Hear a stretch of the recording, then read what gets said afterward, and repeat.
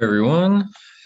Um, Thanks for tuning in to this workshop on modeling relational event data. So relational event modeling is kind of an up-and-coming method for longitudinal network analysis. Relational event data poses unique types of statistical issues that we typically don't encounter with network panel data.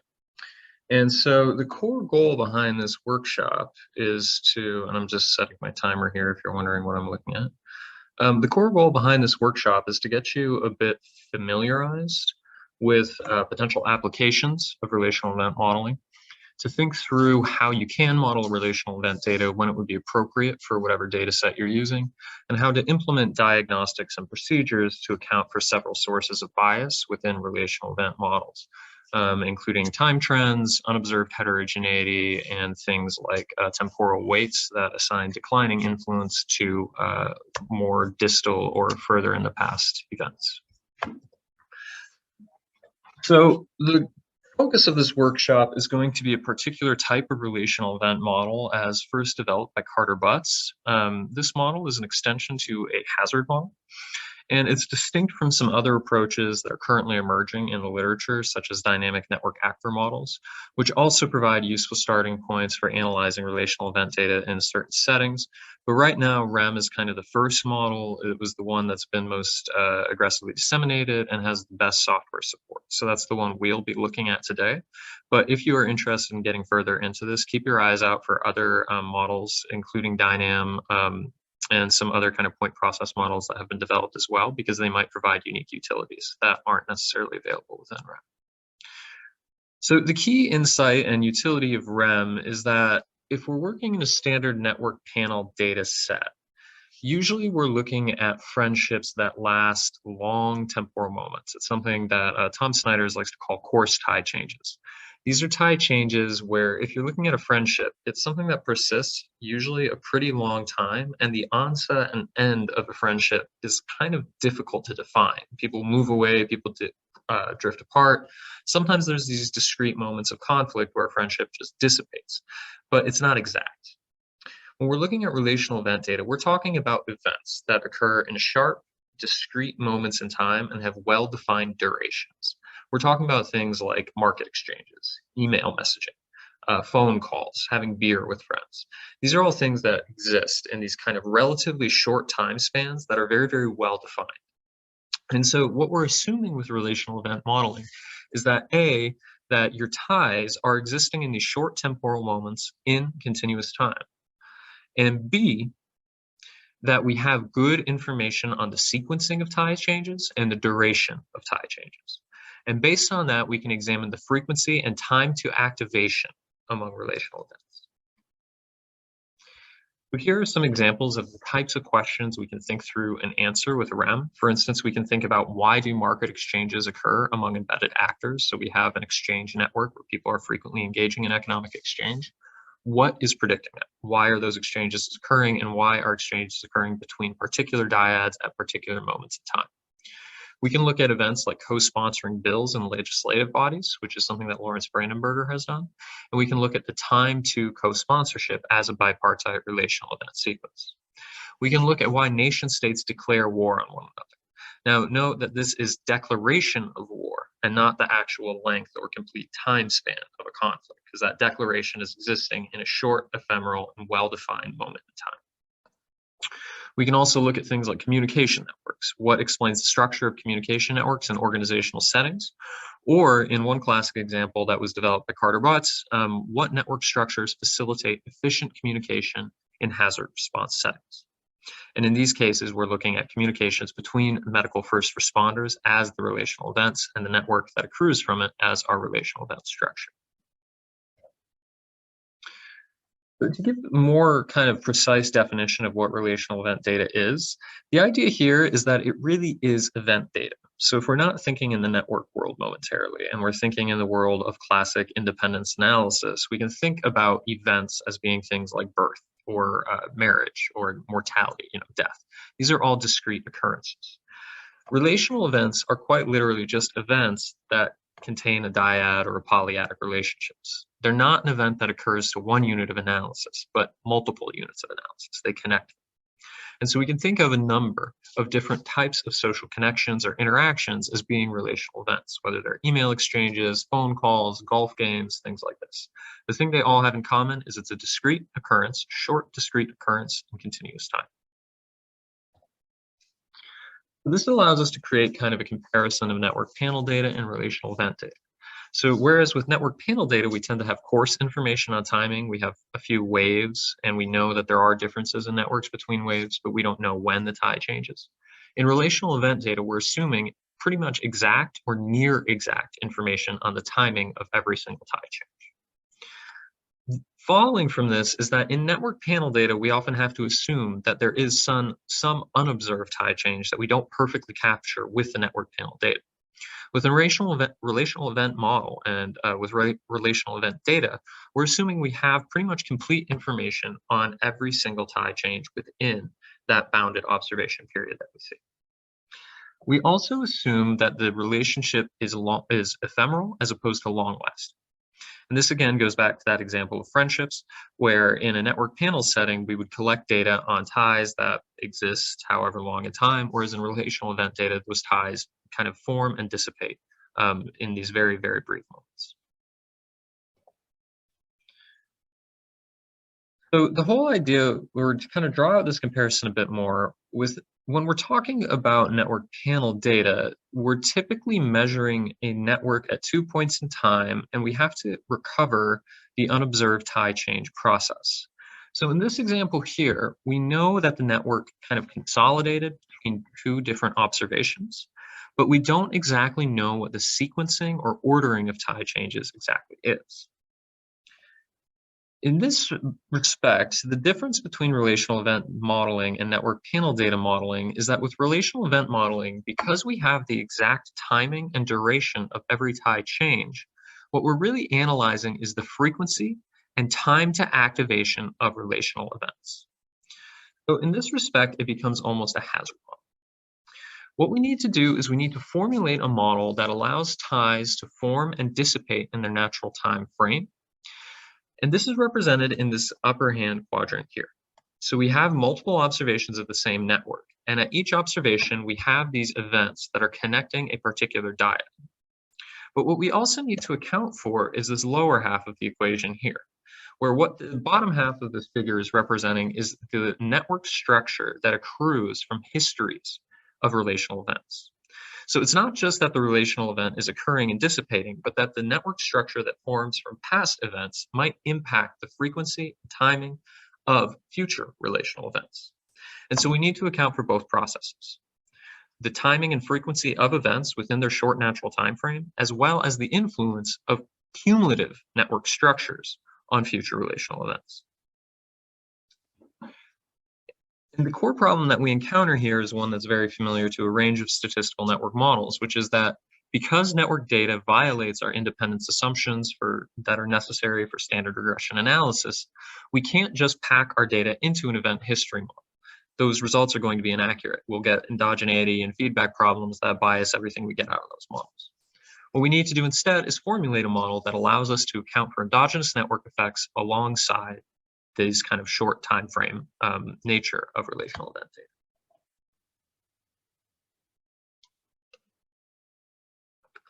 data. The approach we'll be taking with REM is to model the hazard rate of relational event activity. The model can handle continuous or ordinal time, and it can include endogenous network statistics on the right-hand side of the equation. One of the really cool things about REM is that we're actually not limited to the case of dyadic events. We can actually extend up to polyadic events, which are relational events that implicate more than just a dyad, but potentially triads or higher order combinations of actors. We won't be going into a deep dive into polyadic REM for two reasons. One is the software isn't as well developed, and two is because the polyadic case hasn't been as well trodden in empirical settings, and so right now the dyadic case is the most utility. It's also a very small move from the dyadic to the polyadic case, and so generalizations are pretty straightforward if you want to pursue them. So what I'm going to do here is we'll start with the technical side of relational event modeling. We'll give the formal kind of PMF representation, and we'll walk through the mathematics of it. And then what I'm going to do is switch gears and attempt to give a very intuitive, plain-stated representation of what REM is essentially doing. And so the goal is to link the kind of mathematical formal representation with an intuitive understanding that can get you using REM in your own research. So for starters, what we're going to do is treat the dyad as the unit of analysis, or even more specifically, the dyad time period as the unit of analysis. So using kind of conventional network notation, we'll be letting I denote the sender, J denote the receiver, and T be the time period. And what we're going to assume is a non-homogeneous Poisson process for the count of ties at each observation. So this means that we are assuming that the number of relational events that occur at a given time period follows an inhomogeneous Poisson distribution, meaning that the frequency of every single the frequency of the event counts at every observation period can vary across observation periods. But if we assume this inhomogeneous Poisson model, what we get is a probability mass function represented below here. So from left to right, what we can read this as is the probability of n being the number of events per time period at a given time period is distributed according to this Poisson probability mass function.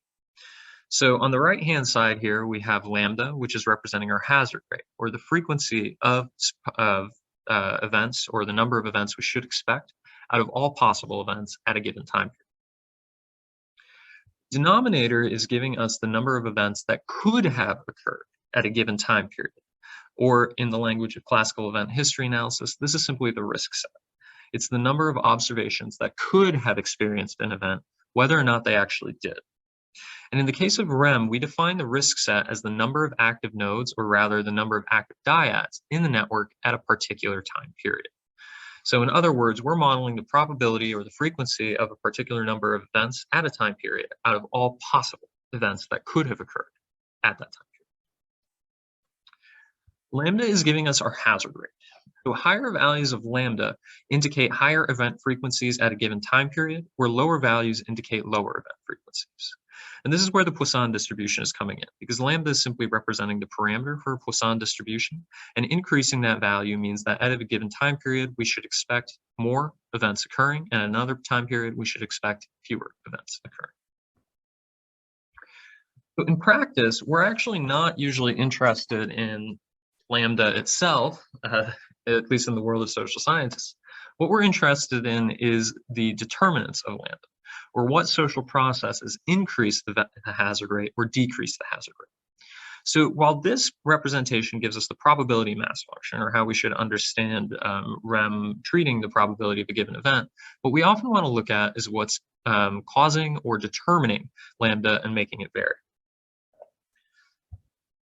So the way we capture that is we model the hazard rate using a GLM, or a standard generalized linear model for lambda each observation period. So we're treating lambda as being equal to the exponentiation of a baseline hazard rate given by lambda null, theta, and this quantity right here, which is z containing x and a. I'll walk through what each of these things mean in detail. So here A is the event sequence, or the history of prior or relational events. This contains every single event that has occurred prior to the observation period. So every event prior to t equals 1, or to t. So you can think of A as containing all events in t minus 1. X is slightly different from A in that it contains our exogenous node, edge, and time period level variables.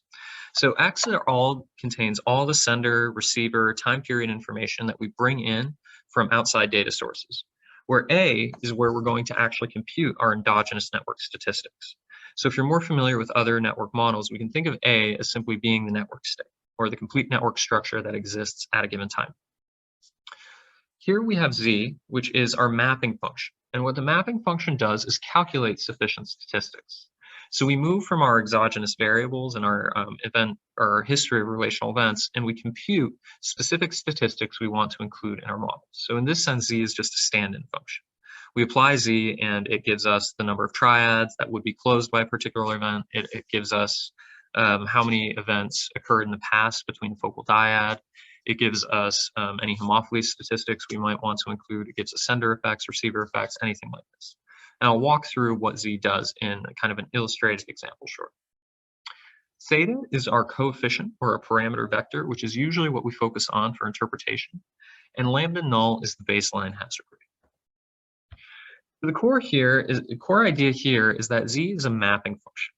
It translates the observed relationships into independent variables. It also transforms kind of our set of raw data into the data set or the statistics that we'll use in relational event model. And so here what we're doing is kind of taking our raw data, our event sequence, our matrix of actor level characteristics, and Z is transforming them into a data set that we can use for REM modeling. And we can include a range of statistics, as I mentioned before. We can include the endogenous stuff that occurred on the prior event sequence, any network statistics of interest. We can also include the exogenous stuff, the things that we bring in from the world on node attributes, dyad attributes, time varying effects, things like that. Lambda is again the baseline hazard rate, just telling us that conditional on everything we include in the model are all our right-hand variables, how likely it is for an IJ event to occur by random chance alone. And theta provides our coefficients of interest.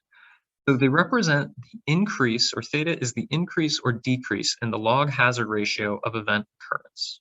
So if we exponentiate theta, we get the increase or decrease in the hazard ratio per 1 unit change in our set of sufficient statistics. So for instance, if we had a particular coefficient for an inertia statistic, which refers to how many times two actors have interacted in the past, we could conclude that a 1 unit increase in the number of prior interactions between a dyad is associated with an exponentiated theta increase in the hazard ratio of those two dyad, or of that dyad interacting again at a time period. So because REM has a very flexible representation, we actually can support 3 different types of interpretations for theta. One is on the frequency of event occurrence across all possible event occurrences. So here we can say that an increase in theta tells us that more relational events are likely to occur at a given time period because of a 1 unit increase in a given independent variable. So this is almost a population thing. It's referring to the distribution of all relational events. We can also interpret it at the unit level. We can interpret it as the probability of an event occurring at a given time period. And here, higher values indicate that a focal IJ connection is more likely to occur at a given time period because of a 1 unit increase or decrease in a focal independent variable. The final way we can interpret the coefficient is as the timing to event occurrence. So here we have the same interpretation as a standard hazard model. Positive values indicate there's shorter times to occurrence. So if we're embedded in a greater number of triads, it shortens the duration or the time to the next interaction. Negative values of theta, inversely, mean longer times to activation. So the lower theta goes, the longer the time span is between relational events. So this is how we get our total model for REM. On the top half, we get the inhomogeneous Poisson probability mass function of event activity. And on the bottom half, we get the GLM that gives us our coefficients and provides us the basis for parameter inference using REM. That's the technical part. Now what I'm going to do is I'm going to walk through kind of the intuition behind it. And I'm going to talk about a minimal example of an event sequence and the data structure that we're actually using when we conduct a REM analysis. So as we saw before, REM essentially implies two processes. One that is occurring only kind of in these non-stationary episodic moments, and the other is almost an equilibrium, or kind of the aggregated network state that accrues from histories of prior relational events. So at the top half, we have the event sequence with each relational event forming and dissipating within one observation period. And on the bottom half, we see that relational event sequence creating an aggregated network structure, and one that even includes multiple events between the same dyad. But what we need to do in order to get a REM analysis is we need to get this structure or get both sides of this process into an event history data structure. What we want is the dyad time period to be the unit of analysis, and we want to include all dyads that could experience a relational event, even if they don't. Again, this is the risk set. So if we take this specification and we formulate or change our data structure arrangement to represent both processes, what we get is a data structure that actually looks very similar to an edge list. The only difference we get here between our standard edge list and what we're looking at is that rather than only recording the ties or the events that do occur, we also record the events that don't occur. And what this gives us is a comparison group. So now we can compare between the events that happen and all events that could possibly happen. And from here, the data structure is actually quite simple. On the top, we have the each unit of analysis is a dyad time period. So here we get the 1-2 dyad at time period 1, the 1-3 dyad at time period 1, the 2-3 dyad at time period 1, and we get those same dyads repeating at each additional time period. And this means that our dependent variable takes a value of either 0 or 1. 1 if it occurs and 0 if it doesn't. And at each time period or each observation where a dyad interacts, it takes a value of 1. And each time period the dyad doesn't interact, it takes a value of 0. So these notes again are just kind of repeating what I've been saying. We get one observation for all dyads in the network at each time period. The dependent variable is simply measuring whether two nodes interacted at a focal time period. But the unique thing we get now is how we calculate the endogenous statistics on the prior network state. So over here we have our triad statistic.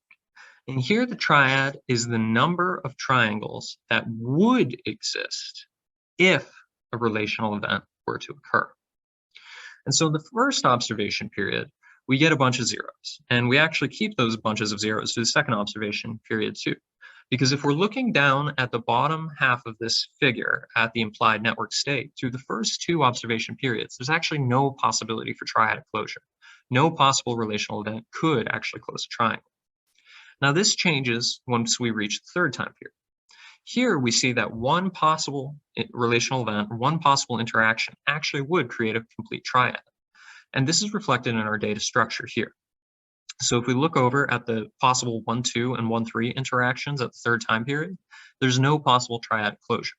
But the interaction between the second and third node, in fact, does close a triangle. So we record the number of triangles closed.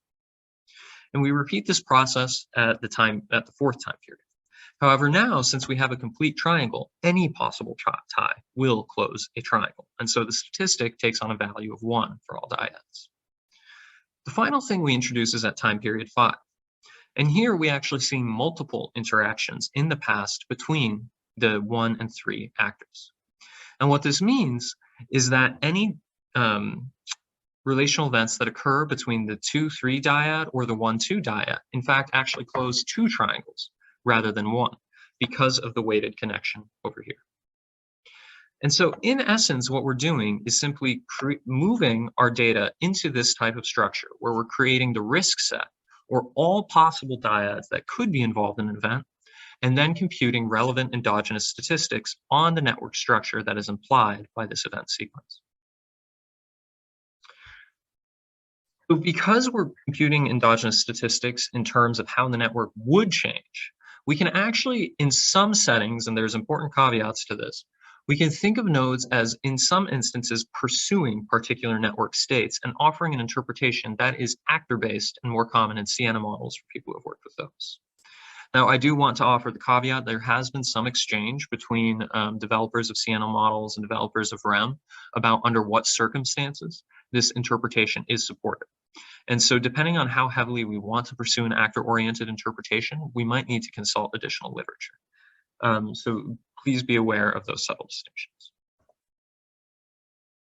And this again, the slide is just reviewing the number of triangles that are closed. So once we have this network, the network data into this particular structure, it's actually really straightforward to estimate a REM. So the key problem with any type of longitudinal or statistical network analysis is that we violate independence assumptions. But what Carter-Butts has shown in his foundational paper is that actually once we get the data into this sequence or this setup, we can show that the network is sequentially independent.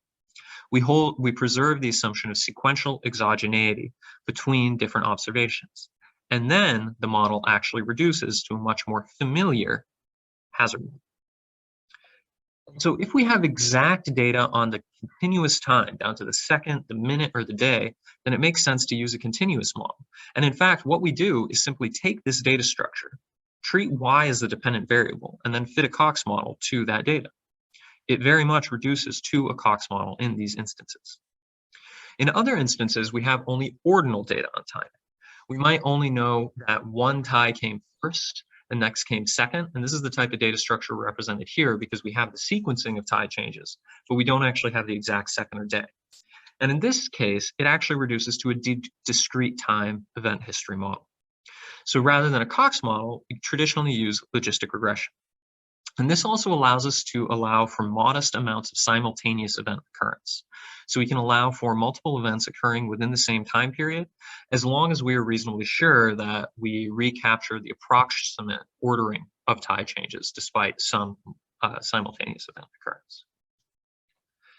So without sacrificing too much complexity, again, this is attempting to emphasize the intuition behind the model rather than the technical details, we can think of REM as essentially entailing two stages.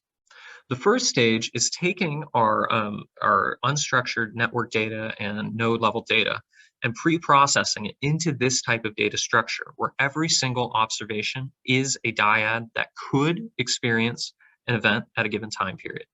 And our dependent variable is whether or not an interaction occurred. And then the second step is taking that pre-processed data and fitting a Cox model or a logistic regression to the data structure. So without sacrificing too much complexity, again, thinking about the intuition, the conceptualization of it, we can think of REM as a logistic regression or a Cox model for this particular data structure.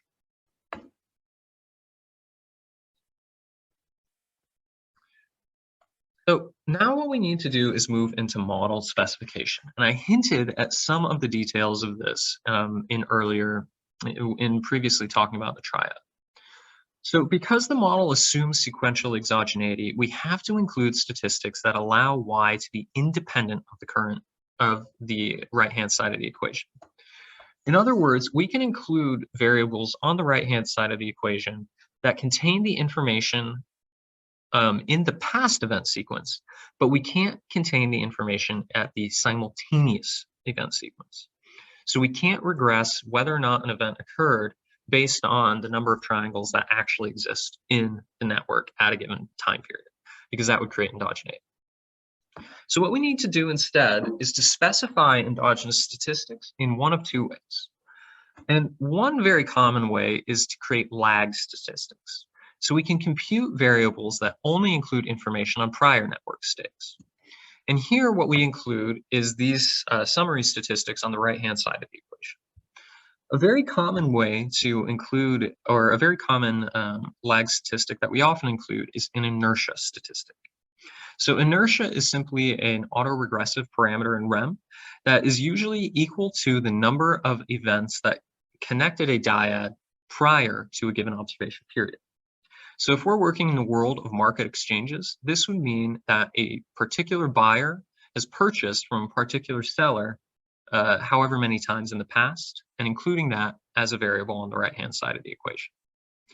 Now, because this is only including information on prior network states, we preserve sequential exogeneity, and so we can conclude that positive values mean that buyers tend to return to the same sellers when making future purchases. The second way, and this is the way we talked about it in the case of triads, we can measure how many network statistics would exist if a focal event were to occur. So here we are using some information on the current network state in the sense that we're evaluating possible changes, but we're staying in a hypothetical world. What would happen to the network if a particular event were to occur?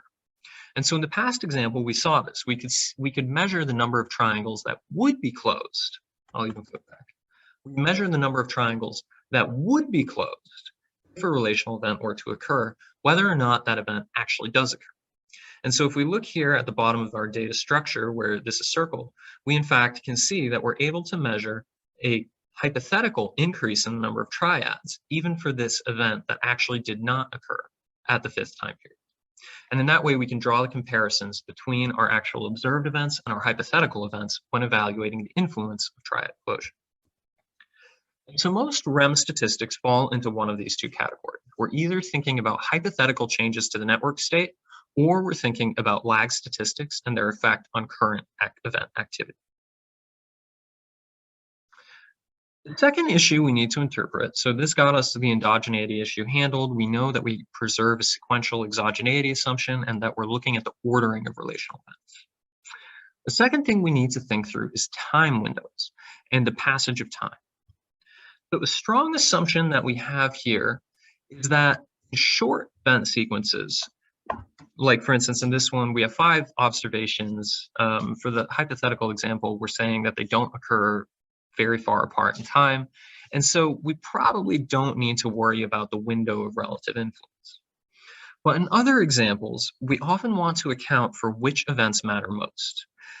We want to think through, are we going to be more influenced by more recent events, or do we want all events, regardless of their station in the event history, to have a similar impact on the likelihood of event activity? So as t starts to increase, or the passage of time between events starts to increase, we need to start worrying about which events are most likely to matter more.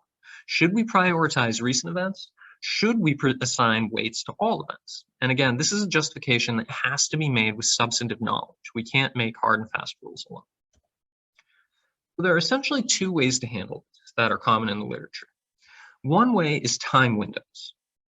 So the idea here is we create rolling time windows to only capture more recent events. We know, based off theoretical reasoning or substantive knowledge, how long we should expect the duration of influence to matter, or what prior event should we consider when looking at a particular event activity. If we return to this minimal example here, we might say we actually have really good reason to think only the most 3 recent time periods actually matter for event occurrence. And so what we would do is we would modify the risk set. And so we would only include statistics computed on networks that existed in the past, or relational events that occurred in the past 3 time periods, as independent variables when modeling whether or not an event occurs in the present time period. And so this rolling time window will update our kind of window of influence such that we can account for the declining weight of more past events, or even throw them out altogether. So this is a really great way to handle kind of declining temporal weights, or declining influence of more distal events in instances where we have really good information on how long the window of influence is. However, the weakness of this is kind of twofold. So one weakness is we just might not have a good sense of what constitutes a reasonable time window. We can make assumptions, we can make arguments, but in cases where we don't have a good understanding, this might not be the best way to go. The second limitation is the time windows are crisp cutoffs. And in some cases, the decline of influence might be more gradual, it might be more ambiguous. So rather than creating discrete windows that we shift over to move relative influence, we might want to account for declining weights with a smoothed type of function. So in cases where we don't have strong prior information on time windows, we can specify time weights to increase or decrease the weight given to more distal events. So time windows were first proposed by Jürgen Lerner and colleagues in a 2013 paper in the Scandinavian Journal of Statistics. And we can think of them as being analogous to geometrically weighted functions that are widely used in curved ergom and Siena models. The idea here being that each additional passage of time, or the further back in time we go, the less relevant that event will be for computing our sufficient statistics. Temporal weights essentially take this smoothing function, where the definition of the weight is that it's the difference between the current time period and the time period of a previous event multiplied by a function that is proportional to a decay parameter. So just like in the case of geometrically weighted terms, what we do is we assign a decay parameter ahead of time that decreases the amount of weight given to more recent or to older events. So here, lower values assign greater weights to more recent events, and higher values assign greater weights to more distal events. So as the time window gets closer and closer to the present, the relevance of those events increases. And so rather than simply calculating the number of triads, we actually calculate the weighted number of triads, where the more recent events assign greater weight and then are simply summed up as we sum over every single event. And so again, rather than simply getting a count of the number of triads that would be closed, we would get a continuous numeric type of variable that gives us a decimal place value of the weighted number of triads that would be closed if an event were to occur. Final issue we really want to think about when we're working in REM is unobserved heterogeneity. So unobserved heterogeneity is a really common issue in event history analysis in general, but it gets complicated when we're looking at REM because we have several sources of heterogeneity, including sender, receiver, and temporal heterogeneity. So for those who might be unfamiliar with unobserved heterogeneity, it simply refers to unobserved characteristics or unmeasured variables at a particular level of analysis. If we're in a standard panel data setup, the most common source of heterogeneity is unobserved time invariant characteristics that, when left uncontrolled, could confound or bias a coefficient of interest. In REM, we have a dyad, which is simply the interaction between a sender and receiver, and we have the time period. And so what we actually have is cross-classified structure where we have dyads, well, the dyad time period, nested in dyads, which are time invariant, nested in senders and receivers, and also nested in time periods. And so any of these sources of heterogeneity could potentially bias our coefficients if we don't account for that level of analysis or those characteristics in one way or the other. So the nice thing about REM is that since our model is actually essentially a generalized linear model, or we can think of it as a GLM for a particular type of data structure, it's actually straightforward to use many of the corrections that are very common in standard event history analysis. So one common correction that we can use to kind of correct our variances, but not necessarily our coefficients, for an omitted characteristic is simply clustering standard errors. Now, clustering standard errors is great when we can be reasonably certain that the unobserved heterogeneity isn't biasing our coefficients, but we want to correct our variances. It's also really helpful in large data sets because standard errors we simply cluster in post-estimation. And in that respect, we don't need to worry too much about computational complexities, which is really helpful for large data. However, the weakness of clustered standard errors is it's only correcting our variances and not correcting our coefficients. So if we're concerned that an omitted variable might be correlated with a coefficient of interest, we need to use a different correction. So a second correction that kind of gets us closer but is debatable is frailty. We can include a random intercept in our model and estimate our REM as a multi-level logistic regression or a multi-level Cox model. Now, this approach assigns a random component to whatever unit of analysis we want to assign it to. We can include a random effect for senders, a random effect for receivers, a random effect for the time period, a random effect for dyads, whatever we want. The problem with frailty models is that if our random intercept is correlated with our independent variables, then we actually get biased coefficients as well.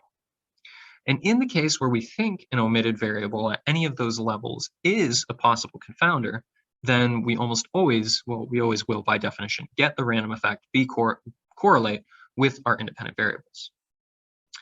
So the reason analysts sometimes use frailty, even in the cases where we think that an omitted variable might confound or be correlated with an independent variable, is because in frailty models, we tend to get shrinkage towards the grand mean, which means that we tend to get conservative estimates of our coefficients when they are correlated with an unobserved sender, receiver, dyadic, or time period effect. And so in this respect, we oftentimes prefer the frailty model, even in these instances, because our estimates tend to be conservative. The final approach, and there's an important comparison I'm going to draw here between the final approach and the frailty approach, is stratification. So stratification refers to simply breaking out the model and including fixed effects, or dummy variables for whatever unit of analysis we want to essentially push out of the equation. If we're concerned that an unmeasured period effect or some time trend is going to confound our effects of interest, we might include a vector of time dummy variables to hold constant all time trends. Similarly, if we want to hold constant any sender effects and eliminate the possibility of unobserved heterogeneity at sender level, we can include a vector of sender dummy variables. Now, the benefit of this approach is that once we include those variables, it's impossible for an omitted temporal effect or sender effect or whatever level we're stratifying across to confound an independent variable of interest, because we just completely wash that variation out of the model. So if we're only interested in eliminating that possibility, stratification can be very, very useful. Now, the weaknesses of stratification are twofold. One is it's inefficient. We're throwing out a ton of information that might be relevant. If we're theoretically interested in something that's happening at those levels, this might not be the best approach. The second limitation of stratification is actually if we're interested or a focal explanatory variable is a time invariant sender variable, and we want to stratify by senders, we're going to eliminate all variation at that level. And what that means is we can't simultaneously include a sender level variable of interest or a time invariant sender variable of interest and stratify at that level at the same time. We'll wash out all the variation.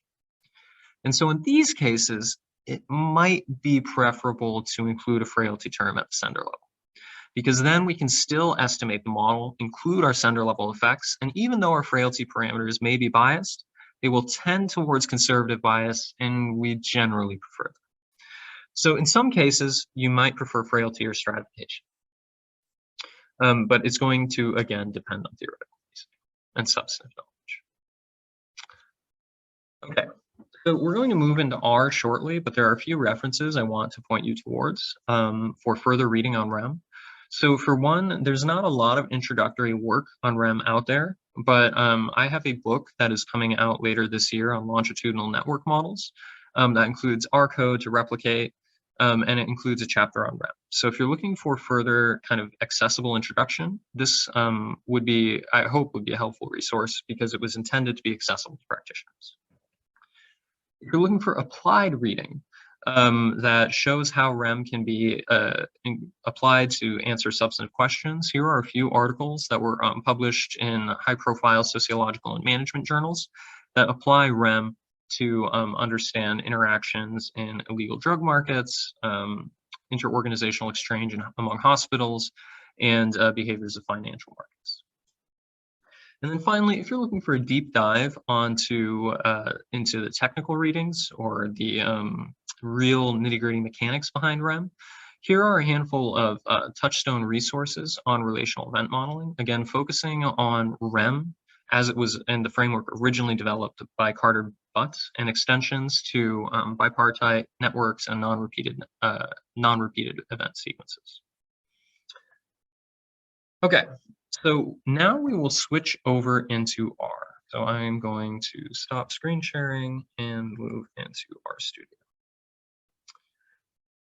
So for this analysis, we will be analyzing a bipartite network of illegal marijuana trade on a darknet drug market. And these were data that I collected with my collaborator, Dana Haney, at Ohio State over the course of several years through an NSF grant. So the first thing we'll do is load the data into R. We'll be using this package REM, as well as this data table library to make data management more efficient. So if you haven't installed this package, install it as I speak a little bit about the software utilities of REM and why we're using this particular package. So REM is one of two main packages that are currently available in R to do relational event modeling. The other one is named Relevant, and I'll type it out here just so you can see what it's called. And this was written by Carter Butts in conjunction with his original paper on it on relational event modeling. Relevant is also part of the StatNet suite of packages, and it offers a ton of utilities. The differences between rem and relevant are really a matter of preference. Relevant has way more package settings for dealing with turn taking. So when specific actors might wait for another actor to initiate an event before considering initiating an event, relevant includes parameters that allow that to happen, or that allow you to model that. They also have a lot more utility for unipart type event sequences, and relevant has prepackaged utilities for extending to polyadic interactions. So in any of those cases, you might prefer relevant. However, the data that we'll be looking at today is a bipartite event sequence, and relevant isn't currently programmed to deal with bipartite event sequences. And so for this example, we'll be using the REM package. The REM package has more utility for bipartite events. It was written by Lawrence Brandenberger, partially with bipartite event sequences in mind. The other reason I like REM for pedagogical purposes is that we actually go through the pre-processing and estimation in separate phases, whereas relevant does it all at once. And what that means is we can actually see the data structure to look at what REM is doing under the hood and help demystify some of it a bit. This also provides a unique utility in using REM for larger event sequences, because the relevant package, because it does the pre-processing and the estimation all at once, it can mean that for larger data, estimation can take a really long time. Whereas with REM, the REM package, we can do the pre-processing, save our pre-processed data, and then estimate any models we want afterwards. And that can reduce computation times if we're working with a large data set where computation is intractable or prohibitive. So by now, we should have loaded our data into the environment.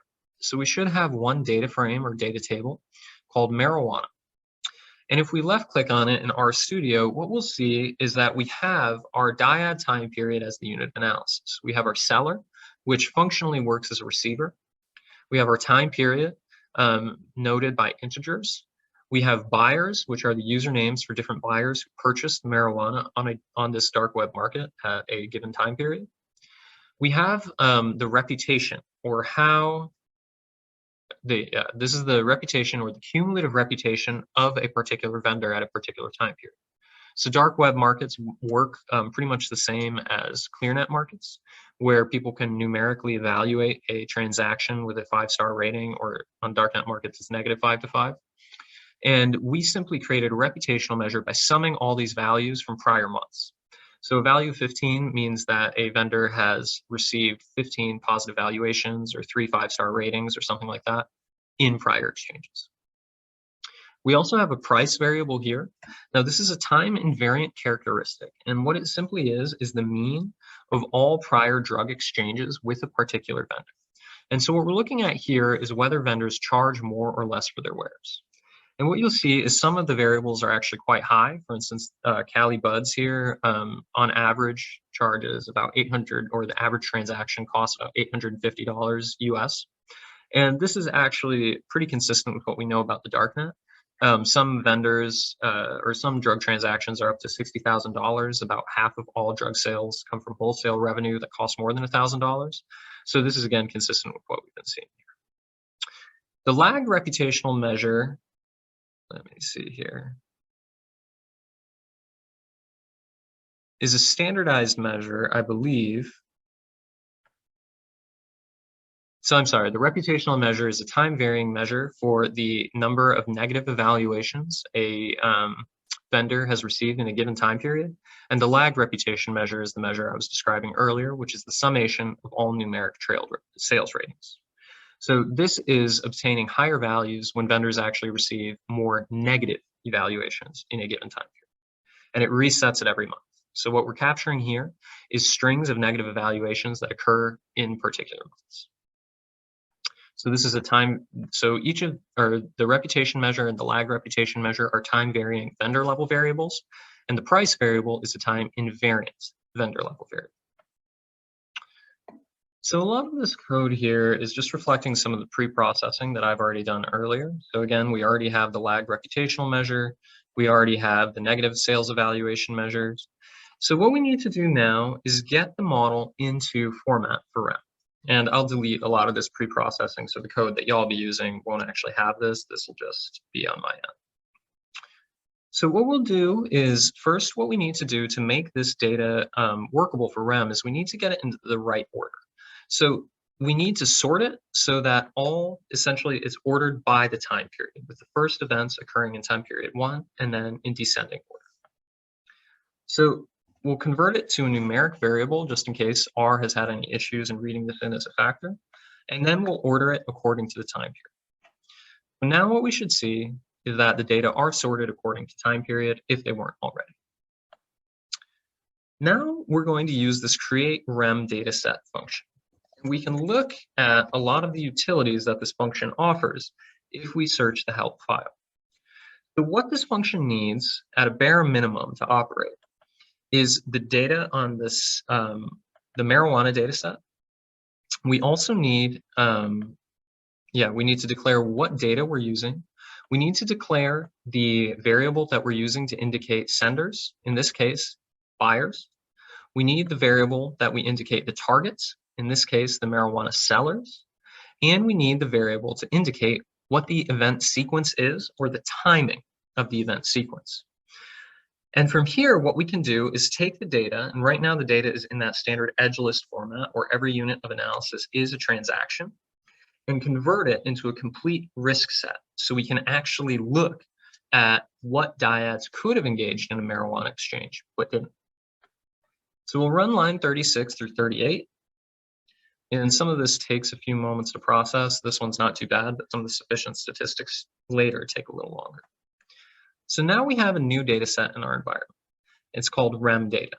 And we see we have almost 20,000 observations because now our data includes all the observations that could have engaged in an event, but didn't. We get this new variable called event dummy, which is our dependent variable for analysis. The variable takes a value of 0 when a focal dyad could have engaged in an event or engaged in a drug transaction, but didn't, and takes a value of 1 if they did. And again, we have the time of the event recorded here under the event time. So now that we have the data in the event history setup, and again, note that this is the exact data structure we talked about earlier, where all possible dyads or all possible vendors on the market actors are available for a transaction, and we're recording whether or not they actually engaged in marijuana trade. So now we have it in the correct format. What we need to do now is link over the buyer and vendor attributes that we want to merge into our data set because they didn't carry over from what we just did. So we'll create the time variable using time here. So now event time is the exact same as the time variable, and what this is going to let us do is merge on event time without encountering too many issues. We'll also create this target variable again so we can match the seller characteristics to the REM data where the sellers are called target instead of seller. And now, and we don't need to do the same for buyers because we didn't have buyer characteristics to include. So now we're just going to merge over the data, only selecting the target and price variables to make the merge easier. And this gives us the time invariant price variable for each unique sender in the market. Now we're going to do the same thing with our time varying reputational measures. And here we're just going to bring over lagged reputation to make our lives a little easier. And so now we have our two exogenous variables, the price of or the average price of a transaction with a vendor, and the lag reputational measure recording how positive on average or the total sum of sales evaluations with a vendor in the past, which we're taking as an indicator of reputations. So now that we have the data into the proper event history format, what we need to do is calculate network statistics on the event sequence. So we'll once again order the data according to the event time so that it's properly structured with the earliest events occurring first and the last events occurring last. And now we'll calculate a series of statistics here. So REM provides a number of statistics we can calculate related to degree centrality, inertia, clustering, things like that. And the ones that we want to focus on here for our endogenous statistics are specifically vendor's degree, buyer's degree, 4-cycle closure, and inertia. So if we're looking at this 4-cycle stat, this is the command that allows us or tells rem to compute the number of 4 cycles that would be closed if a particular relational event were to occur. So we send a number of parameters to the rem package to let it know what to do. The first parameter, time, tells it rem what is the time variable, how are we ordering these events. The sender variable tells rem what variable to use to trace who is initiating the events, in our case, the buyers. The event variable tells rem to calculate this only on our indicator of whether an event occurred. And so in this way, we can actually tell rem to calculate, for instance, if we have multiple event sequences that we want to compare together, we can actually calculate 4-cycle closure on, say, a second event sequence and include that as an independent variable. So here we're telling it to, since we only have the one event sequence, we're saying compute it on the history of the event dummy variables. We can also include a target statistic, or we include the target variable to tell rem who are the targets of events, in our case, vendors. Now, a key parameter here is this half-life parameter. This is that decay parameter I was telling you about earlier when we talked about declining weights for time periods. So the value of 0.7 is saying assign greater weight to more recent events and down weight prior events. And that way, the more recent events will take a greater priority.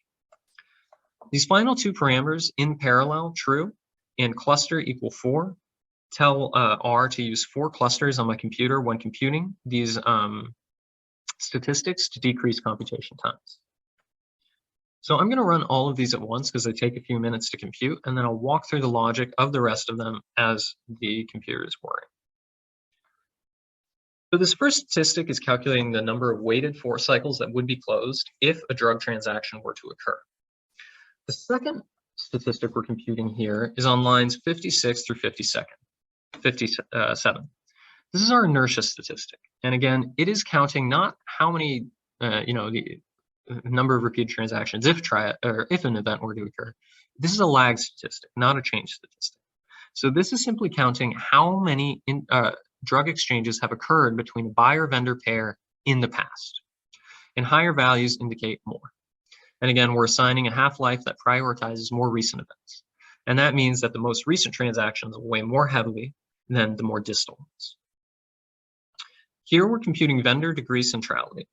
And you'll note that we actually don't include both sender and receiver here. Instead, we just include the one indicator, degree var, to tell rem what actors to compute degree centrality on. So here, I'm only saying compute degree centrality on the targets or the vendors. And what this is capturing is whether vendors who receive a larger number of sales are more likely to be selected for relational events. So this is another lag statistic counting how many drug transaction a vendor has been involved with in the past. And we'll do the same thing for buyer statistics. However, now we're using the sender instead of the target. So this is evaluating whether buyers who send more or make more marijuana purchases in the past are more likely to make marijuana purchases in the future. So now we have our data processed. So if we look at rem in our terminal, we can see now we actually have these 4 cycles, inertia, vendor degree centrality, and buyer degree centrality statistics all included into our data set. We can now include them as independent variables. And if we scroll down further, we can get a sense of some of the continuous differentiation between different values of these variables. For instance, here, rather than just simply getting the count of prior drug transactions, we get the continuous measure because we assigned temporal weights. And we can see the same thing down here for our inertia and buyer degree centrality and 4-cycle statistics as well. So now what we'll do is we'll load the survival package into R. So if you haven't installed it already, I recommend you install it now.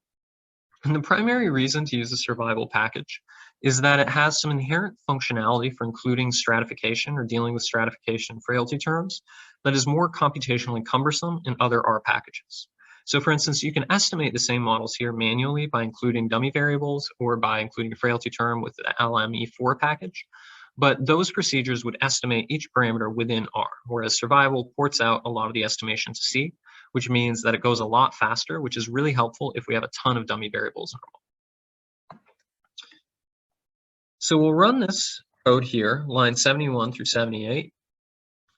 Now what we've done is we've estimated a conditional logistic regression. Well, actually right now it's just a logistic regression, including our lag reputational measure, our time and varying price variable, our 4 cycles measure, our inertia measure, our vendor degree centrality measure, and our buyer degree centrality measure as independent variables.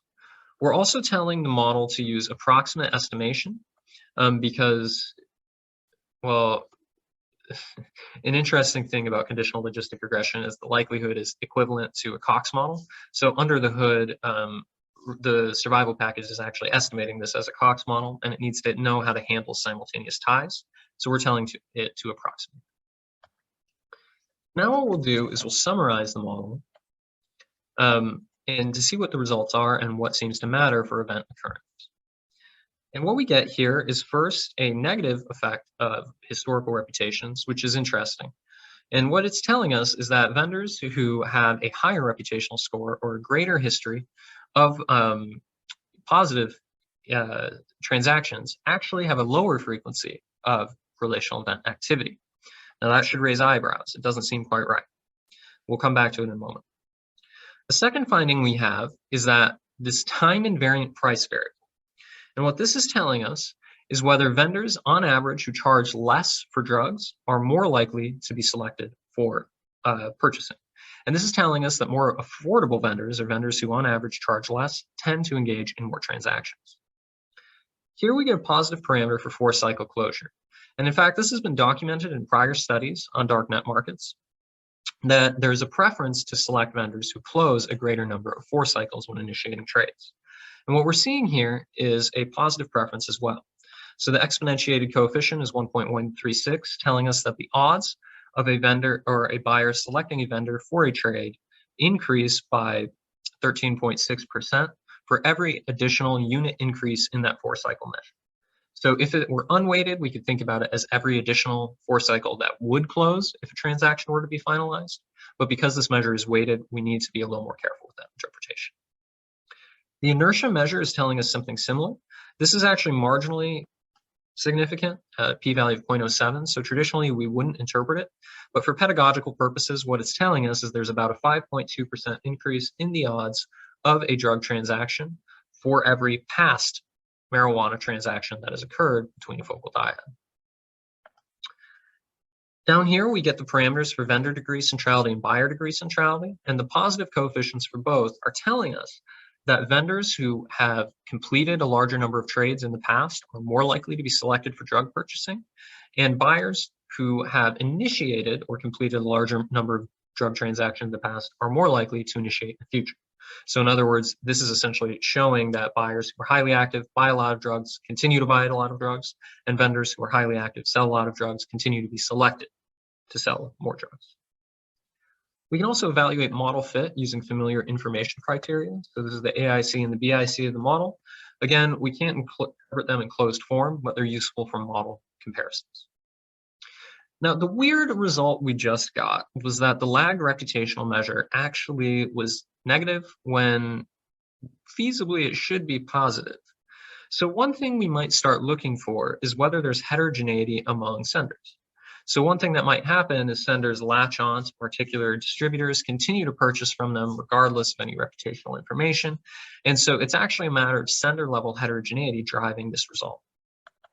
So we'll include clustered standard errors by including this cluster sender command within the survival package or C-logit function. So now we can call our results, and what we'll find is that now our reputational measure is still significant and still in the weird direction that we didn't anticipate before. But now there's also a lot more consensus on the non-significance of inertia. So apparently our prior result showing that vendors or buyers tend to stick with the same vendor over and over and over, this model suggests might actually be a result of sender level heterogeneity.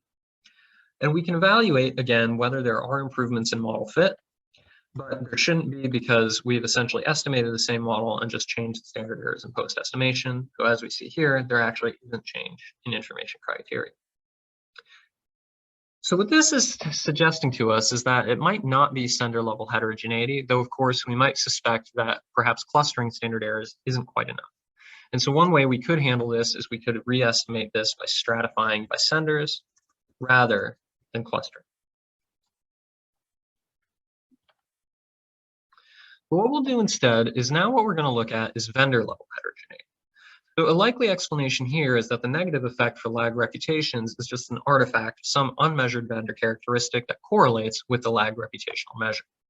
So to account for this, we're going to stratify by targets or include a dummy variable for every unique vendor in the market. So we'll run the stratified model.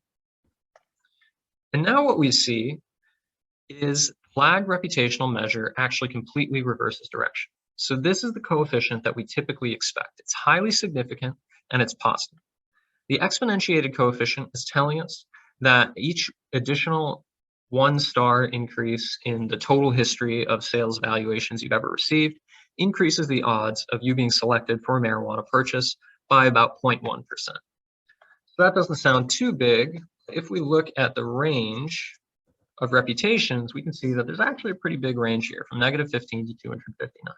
So each unit increase there is increasing the odds of transaction by about 0.1%, which could be sizable depending on where somebody falls in the distribution. We'll also see that the significance is very, very, very high. Our price variable gets kicked out of the model. And this is again because it's in a time invariant vendor characteristic. So since we included all those vendor level dummy variables, we're no longer able to estimate this parameter. So if we were interested in interpreting it, that would be a downside in the model.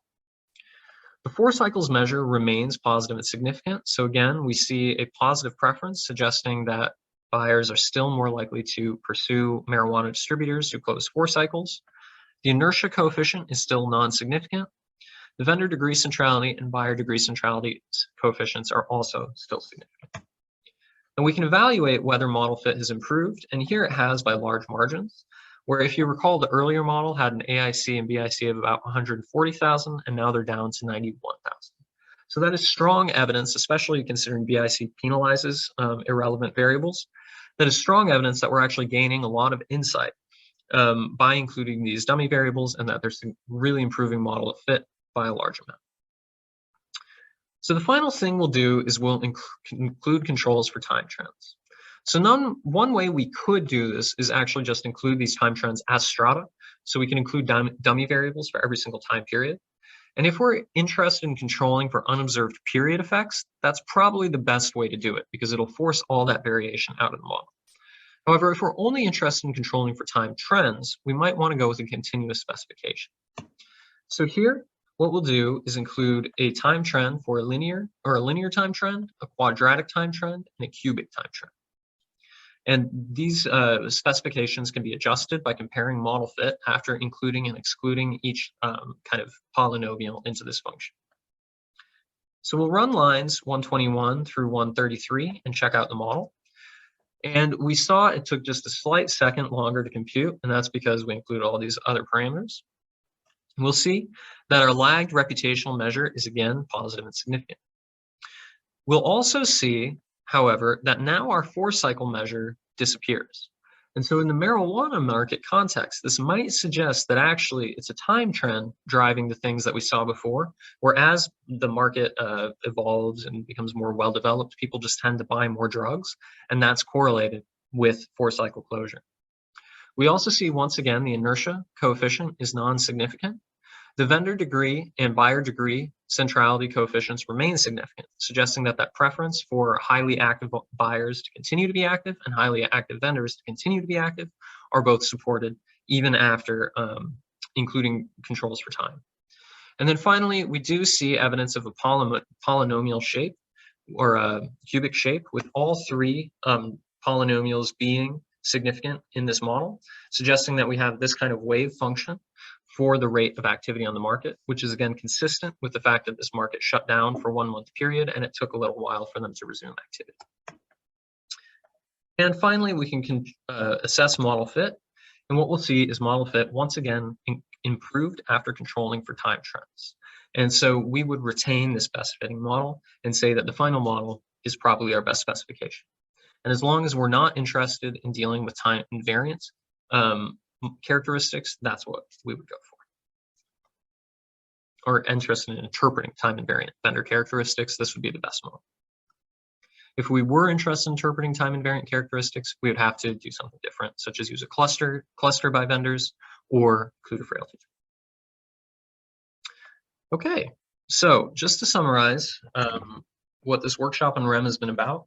REM is a really complicated method in some ways. The statistics behind it are pretty high level, and the resources out there right now are still, for the most part, very technical. But we can get a lot of traction on REM and thinking through REM by simply thinking of it as working in two stages. The first stage is we take our edgeless data, our history of transactions or interactions, or however we're measuring this, and we convert it into this risk set structure. Every unit of analysis is a dyad with the dependent variable equaling 1 if the dyad has interacted at a time period, and the dependent variable equaling 0 if the dyad hasn't interacted at that time period. Once we get that data into that structure, it's really just a matter of calculating the sufficient statistics we're interested in, the number of triads closed, the number of past transactions, the number of past interactions, and including them as variables on the right hand of the model. Once we get all our variables computed and everything we want together, we really just get back to a generalized linear modeling framework. We can use a Cox model, we can use a logistic regression, and we can interpret our results in a similar fashion. Now, that being said, there are a few issues we always need to keep in mind when using REM. One is the possibility of time windows or declining temporal influence. So we need to think through what events matter most, how recently in the past they matter, and how we want to correct them. The second thing we have to keep in mind is this possibility of unobserved heterogeneity. Unlike a standard event history model, because REM is REM's data structures imply this kind of unique cross-classified structure with dyad time periods nested in time periods and dyads, and then dyads themselves being nested in sellers or senders and targets, that we need to account for multiple sources of unobserved heterogeneity and how they might impact our results. There are a number of ways we can do this: clustering, standard errors, frailty, stratification. We can combine different strategies as well. We can include clustered standard errors in the same model as stratification, as we showed before. And each of these might be more or less appropriate depending on the assumptions going into your data and the goals of your data analysis, whether you're interested in interpreting time invariant characteristics or simply controlling. Okay, I think this has been, or I hope this has been helpful, and I look forward to discussing with you once we have the Q&A later at DNAC. Thanks so much.